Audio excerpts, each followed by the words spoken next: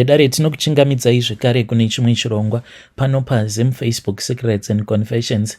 Tadzoka zvekare nemamwe mamessages. Regedzai tibva tapinda mumamessages edu atadzoka takakubatirai zvakangoma hazvo veduwe.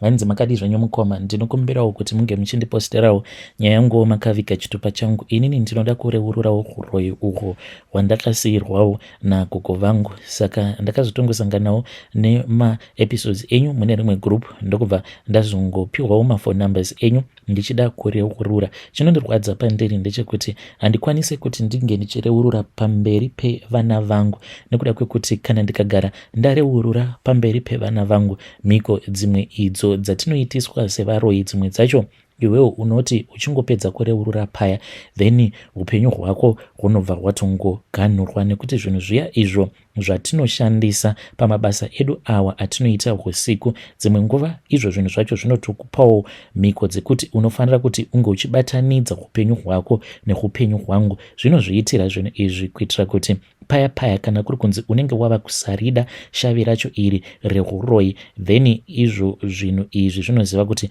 hapana paungazombofa wakazvibvuma kuti une zvikwambo kana kuti uri muroi, nekuti unenge uchiziva kuti kubvuma kwako zvinhu izvi zvikanzi zvinofanira kuti zvinge zvichiraswa, zvinoreva kuti newewo unenge wava kufa. Saka hakuna anoda kufa yowekani, seni hangu kufa ndinokutya, but ndiri munhu wekuti maoko angu awa, maoko angu apfuudza vanhu vakati wandei, especially kuno kwatigere. Nhufu zhinji dzakaitika dzakakonzereswa neni, but kana ndiri seni zvangu ndinototya kuti ndinge ndichizonzi one day ndichazofa. Saka ndangoyawo pano kuti ndige ndichizoreurura zvimwe kuda kwandichazoendawo uko Mwari vachandiregerera. But saka ndangoyawo pano ndichiti zvimwe kuda ndikareurura pano pamwe Mwari uko kwandichaenda vanokwanisa kuzondiregerera, not kundiregerera kwekuti handizoende kugehena, but kungonondirerutsirawo mutoro wacho semunhu anenge areurura. Asi kune vana vangu ndichangofa ndichingoramba ndichitsika madziro ndichiti ini handisi muroi, nekuda kwekuti uroi hwacho ndakatoitawo hwekutombunyikidzwa naamai vangu kunzi gamuchira. So mukoma, ndoda kukuudzaiwo zvimwe izvo zvandakaita. Saka vana vangu vose ivo vari kunze kwenyika, ini ndini ndega ndigere kuno nezvimwe zvizukuru zvangu. Aiwa vana vangu hapana kana chandinomboshora pavari, vanondichengeta, ende ndainge ndakaitawo rombo rakanaka kuti pavaroora vangu vose hakuna kana umwe zvake ainge achindivenga. But nekuda kwemabasa angu ndinoona kuti vamwe varoora, especially ava vanonamata, vava kupota vachizviita vachizviswededza kure neni. I think kuti vane kamwe kakunyumwa ako kavainako, even though pose apo pandinovashanyira vana vangu ava ndichida kuti ndige ndichimboona kuti vari kurarama sei, ndinovashanyira vana vangu ava. In short, ndinenge ndafamba ndakabatwa neshavi rehuroi, ndinenge ndakapfeka face yekuti havangambofi vakanyumwa kuti inini ndini ndinenge ndavashanyira usiku hwacho ihwohwo. So ndine umwe mwana wangu uyo, mushure mekunge azosangana nemusikana wake, vakati vasangana paya ndokubva vazouya kwandiri akati mama, ndiye musikana wangu uyu wandasangana naye. Ndakabva ndamubvunza kuti saka musikana wako uyu makasangana kupi? Ndakabva ndarwadziwa because mwana wangu akabva andiudza kuti apo paainge ari munzira, mufunge zvenyu, pamwe paainge akamboya kumusha ndopaakabva azosangana naye muroora uyu, ndokubva vazotaurirana. Ndikati zviriko izvozvo kuti vanhu vanonzi vasangana mubhazi manga matodzidzana nguvai? Because iye achitaura anoti paakauya kuno vainge vatopfimbana, then vachizodzoka vakatotanga kutogara vose, zvichibvira izvo kuti vanhu ava vainge vasina kumbozvipa nguva yekuti vange vachidzidzana. Saka ndakabva ndangomuvenga muroora uyu, ndakangomuvenga, and at that time sezvo ainge asati abatira pamuviri, ndiyo zvekare imwe nhaurwa yainge yavaunza kwandiri. Ndainge ndisingatozivi kuti pazvivana zvangu apa, ndichiti zvivana zvangu ndichireva kuti vakomana avo vandinobata navo basa, ivo vainge vakatogara vakaenda vakanokonzeresa uko, vakabva vafuratidza chibereko chemuroora. Saka ndakabva ndazovatenda vakomana vangu ava ndikatovabayira mombe. Ndichiti ndakavabayira mombe, ndichiti ndakavabayira mombe, handireve mombe but ndakavabayira munhu. Ndikabva ndati nekuda kwekuti makangwarira vakomana vangu, chidyai nyama iyi ndoda kuti muge muchidya muri moga, ropa inwai richiri kudziya. Saka zvakomana zvangu sezvo zvainge kutendeudza chibereko chake kuti chisambofa chakagamuchira mbeu yemwana wangu. Ndo pandakabva ndazotora Zai. Izvi ndakazviita muroora asati adzokera kuJoni. Ndakamutaimira muroora wangu uyo each and every day, ndaigara ndichimutaimira kuzonosvika ndazomuona one day achienda kunozvibatsira kudondo. At that time pamba tainge tisati tava nematoilets. Akabva apinda zvake mudondo, ndokubva ndamutaimira paya. Iye akangotiwo achibva kuya, iniwo ndikabva ndaita sekunge ndainge ndiina sawira wangu uyo wandainge ndiinaye. Saka ndainge ndatotumidzira imbwa dzangu kuti dzinge dzichifaniswa kumhanya kumberi kwangu dzichifembedza hwema. Saka ndakabva ndatoona twakomana twangu tuya twainge twakatondimirira padhuze nemukonde uyo waainge asiya musango muya. Then ndakabva ndazotora Zai iro randainge ndatora muchirugu chehuku. Ndainge ndaritora Zai iroro makuseni sezvo ndainge ndichiziva kuti ndainge ndichida kuti ndige ndichizomugadzira muroora wangu uyu. So ndakabva ndatora Zai iriya ndikabva ndazonorinyika mumukonde uyo waainge asiya mudondo makaremo muya. Ndokubva ndachizotakura mukonde uya, ndakangoita kukungobata neruoko kudai, ndokubva ndatanga kufamba. Ndakabva ndazoenda kumba kweshamwari yangu, ndokwandakabva ndazonozvisiya zvinhu izvozvo. Zvino shamwari yangu iyo inoti yakabva yazoenda pachuru. Mushure mekunge yaenda pachuru yakabva yazongonokanda mukonde uya uye zvekare neZai, ndokubva azongovhara churu chiya. So achinovhara kudaro iye ainge achitovhara chibereko chemuroora. Kubva ipapo kusvika pari zvino muroora uyu ndinotomuona unofamba kani haazorori. Unofamba mumaprofita mudzin'anga asingazorori, achitsvaka chiri kukonzeresa kuti iye asakwanisa kubatira pamuviri. But chaasingazivi ndechekuti vamwene vake ndini ndiri kukonzeresa zvose izvozvo. Ndakabva ndaita laki naye uyu muroora wangu because iye haadi kunobatana nevamwe, nekuti mukunobatana nevamwe angadai achizowanawo zvinhu zvinokwanisa kumubatsira. Vachimuti handei kwakati tinge tichienda kwakati. Manje iye anoda kungofamba ari ega. Zvino chaasingazivi ndechekuti mhepo yacho iyo yandakagadza paari imhepo ine simba zvekuti ari ega haambofi akaikurira. Saka mhepo iyi iyo inoti kana ichiuya kwaari dzimwe nguva inowanzokupfeka fesi yavamwe sekuru vake. Sekuru vake anotofungidzira kutoti vatori nemushonga wemubobobo, but chaasingazivi ndechekuti havatomborina kana chavanotomboziva baba vaya. Vanhuwo vekungoti vakangoitawo munyama wekungonotorana netwomushonga twelaki. Saka kana wakambotora kamushonga kelaki mukuzonofamba, vanhu vanokwanisa kuzokuti mukuzonofamba vazhinji vanozongokuti wakaromba iwewe usina kana kuromba kwaunenge wakamboita. Saka ndiyo confession yangu iyo mukoma yandiinayo. Ndinokumbirawo kuti kana mukazoposta nyaya yangu munge muchizondizivisawo. Ini handina izvozvi zvemaYouTube. Kana zvichibvira munongoitawo zvekungotora mapictures then mobva mazonditumidzira kuchati kwangu. Hei vedare ndo message iyo yandakatumidzirwa ichibva kuna vahanzvadzi vedu. Zvakangooma kani, zvakangooma hazvo vedu we. Please ngatizame kuti tinge tichitaura navo vahanzvadzi vedu ava. Yei, pakaipa. Strange things indeed they do happen in this world. Shuwa muroora uyu hanzi ari kungofamba. Chaasiri kuziva ndechekuti kufamba kwaari kuita in secret asingadi kuudza vamwe ndo kutozviroya kwacho kwaari kutoita ikoko, because mhepo yacho ndo zvainotoda kuti afambe ari ega asabatana nevamwe. Yei, kweidzo mhiko dzacho kutora tsvina yemunhu Zai kunokanda muchuru. Yei, pakaipa.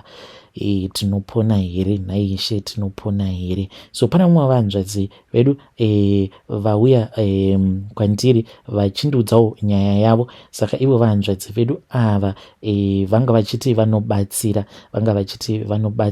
Saka regai tinge tichinzwa nyaya yavo. Ndangoti ndinge ndichingoplaya riri voice note ravo. So let us hope kuti vachange vachizotibatsirawo. Saka vahanzvadzi vedu nyaya iripo pavari. Ivo vanga vachiti hanzi kubatsira kwangu kwacho kwandinoita hanzi handikwanisi kuti ndinge ndichizobhadhara. Vanoratidza kuti havatobvumidzwi kuti vange vachizobhadhara. Zvino vazochema vakabva vati dambudziko riripo nderekuti vanhu vazhinji vanoti vakazviziva kuti inini mukushanda kwangu handitendedzwi kubhadharisa. Saka I think kuti vanhu vanozongotora advantage. Munongoziva kuti vanhu vakanzwa kuti apa munhu anobatsirwa mahara vanhu vanongoenda paya. Saka kana kuino vanenge vachida kubatsirwa navo. I think kuti munenge mufanira kuzoti kana maona kuti munenge mabatsirwa then munhu mozomutenda, either unoendawo negrocery or anything, because ivo mukutaura kwavo vanga vachiti havatendedzwe kuti vange vachibhadharisa vanhu. Saka ndokumbira kuti mungoteererawo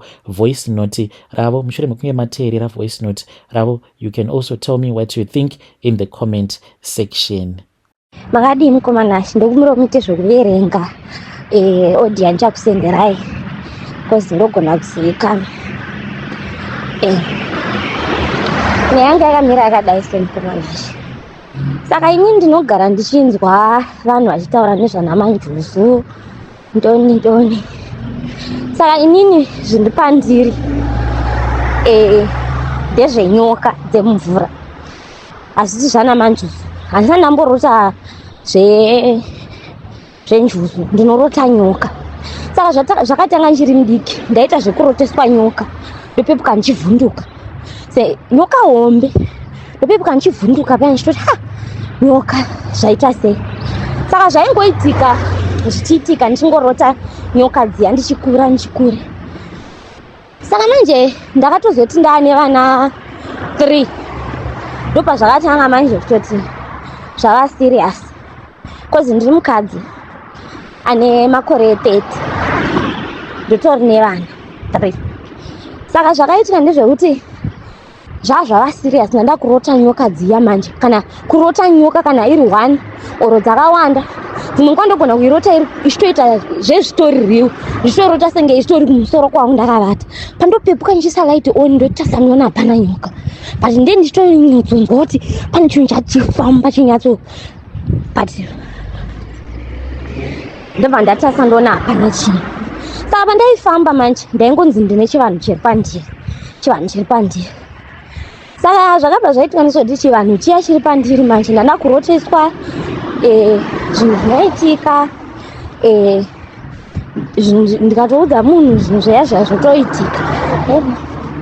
Saka ndakabva ndatongozongona kuti ndo zvinhu zvitori real guys. Ndopandakabva ndatanga kuti rega ndimbozvifambira ndizvigadzirisa chivanhu chachona ichocho. Kozi pandaifamba vaitotaura kuti chiri kundisungira raramo yangu chivanhu ichocho, and for sure raramo yangu yaisunga. Ndaitika ndikapinda basa zvezve ndairemera mabhosi, kana vanhu vandaishanda navanongondivenga for no reason, ndotodzingwa basa. Ndadzingwa basa paya ndoti dhiku kufunga kuti ndodi paunofamba unonzonzi unofanira kugamuchira chivanhu chiri pauri ndokuti zvinhu zvako zvakufambire.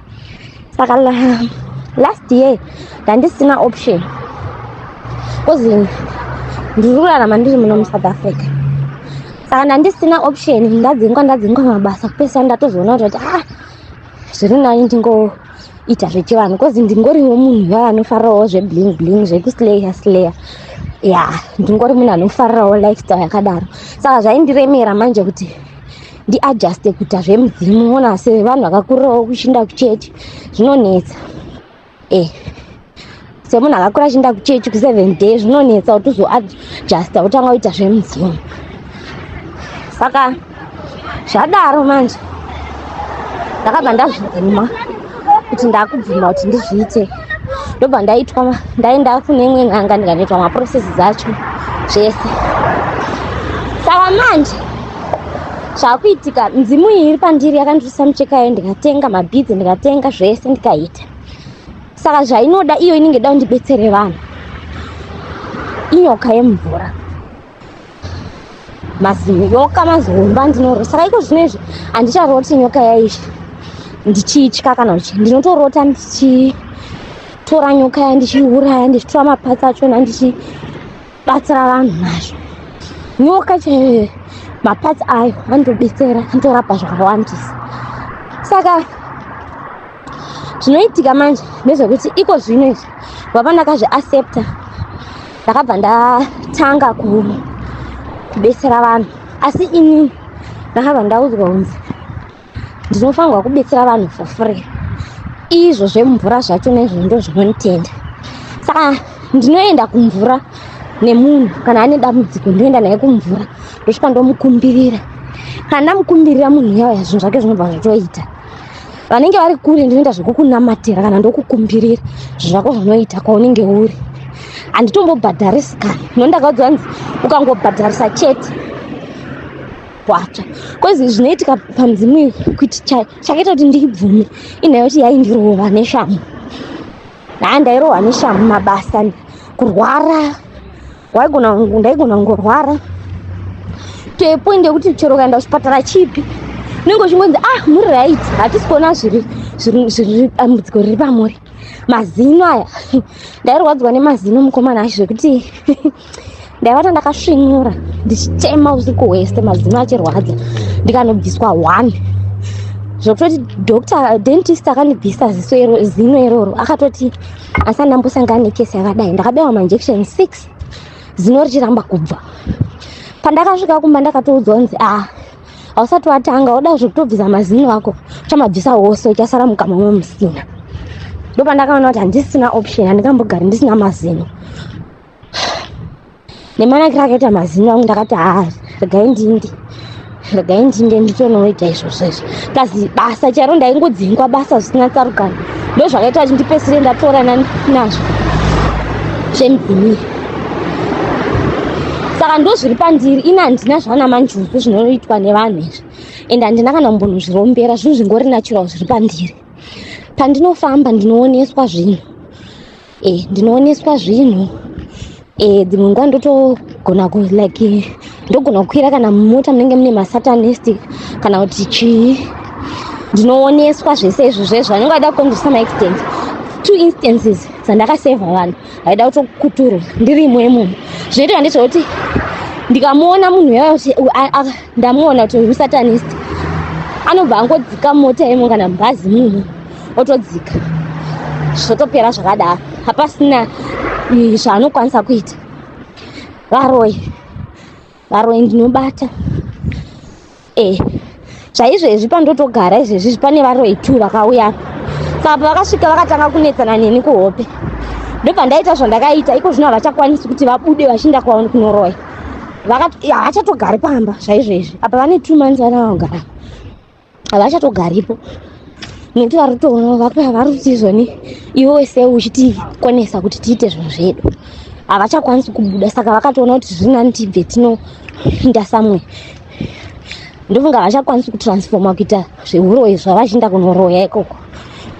Mwana ndakaita zvandakaita pamba ipapo patinogara. Saka ini zvangu ndoda ngoudza vanhu out there kuti hongu chivanhu chedu chakachifuratira zvedu tikadii.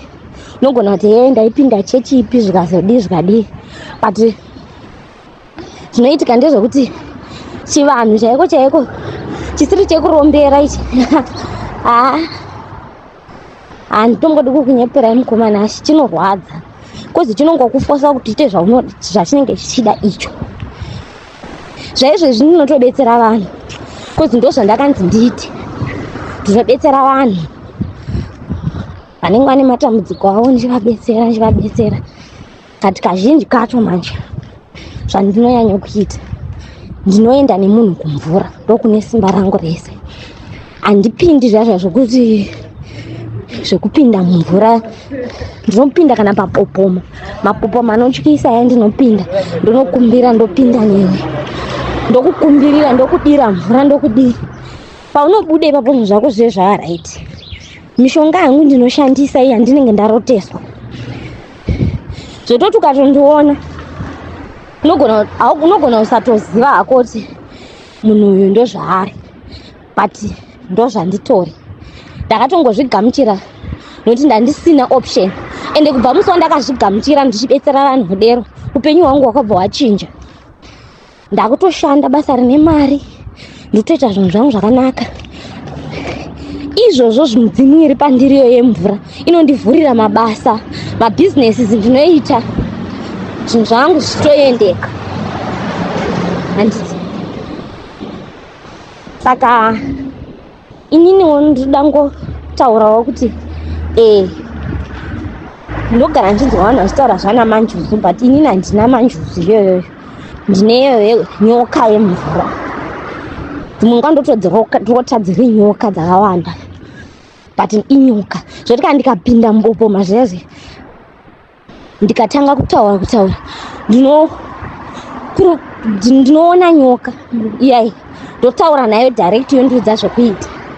Ndichiona nyoka iyaya ndichiona mumaziso mangu ndichitoona yakanditarisa ndichitotaura nayo. Then kana ndaiona ndobuda imomo ndakuziva kana kuri kuti ndaenda nevanhu zvandirinda nditotanga ndapinda mumvura ndokumbirira. Kana ndakumbirira inobva yandiudza kuti pana nhingi idai pana nhingi idai pana nhingi idai. Pandobuda paya ndotobuda ndichikudza kuti pana nhingi so iwe zvanzi so ndotoita paya zvinhu zvavo zvobva zvatovafambira. Ndozvandinoita. Handisi munhu yanofarira kuenda kun'anga zvazvazvoti ndosangana nenyanga dzakawandisa dzichinditi uya tikugadzirire zvinhu zvako, nokuti mazuva ano vanhu vakuita misikanzwa manje vachitora zvipo zvevanhu. Saka inini handitombonyanyi kuendako kwezi ipapo pandakanogadzirwa neyoyo yekutanga yakandigadzira zvakanaka. Payakabva yaona kuti zviri pandiri zvacho zvakakura zvakadzama kudarika zvayo yakabva yada kundishinira.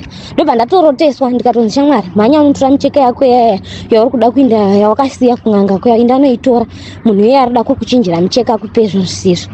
Saka ndakangoti ndichisvika ndichitoti ndiri kuda micheka yangu n'anga yaya ikatotsamwa ikatoshaya kuti ndazviziva sei. Pandinayo kuti ndiri pane zviri pandiri zvinotondiudza kuti sorenso anongaona saka ndozvitori pandiri izvezvi mukomanashi.